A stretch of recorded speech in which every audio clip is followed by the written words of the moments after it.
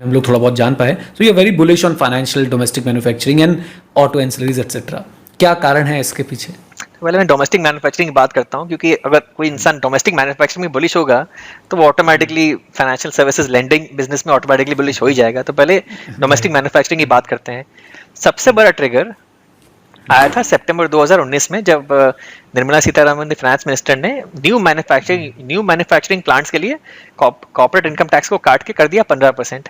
That give a big boost to domestic manufacturing, number one. दूसरा बड़ा push आया सरकार से PLI, production linked incentive scheme. तो कि आप जितना केपेक्स करेंगे उतने आपको कुछ कुछ सेक्टर्स में, अगर आप सर्टेन स्पेसिफिक सेक्टर्स में केपेक्स करेंगे तो आपको बेनिफिट्स मिलेंगे. तो वहां से भी एक थ्रस्ट आया मैन्युफैक्चरिंग में. तीसरा ट्रिगर फॉर डोमेस्टिक मैन्युफैक्चरिंग इसके आज के दिन काफी सारे मैन्युफैक्चरिंग कंपनीज 75-80% कैपेसिटी यूटिलाइजेशन में ऑलरेडी पहुंच चुके हैं.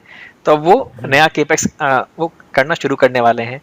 एंड चौथी बड़ी चीज, काफी सारे मैन्युफैक्चरिंग बिजनेसेस ने अपने बैलेंस शीट को पिछले 5 साल में क्लीन अप कर दिया है, डीलेवरेज कर लिया है.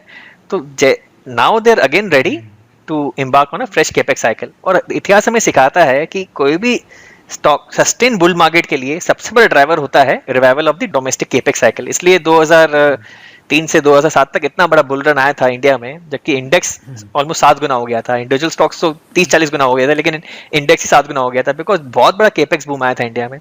आज के दिन भी इंडिया उस स्टेज में है कि revival of the capex cycle होने वाला है कई सालों के बाद. और मैंने पिछले 10 साल में इंडस्ट्रियलिस्ट और बिजनेसमैन को इतना तेजी में देखा नहीं है, कितने ज्यादा बुलिश सेंटिमेंट है among businessman in India, specially in the manufacturing industry. ये पिछले 10 साल में देखा नहीं गया है.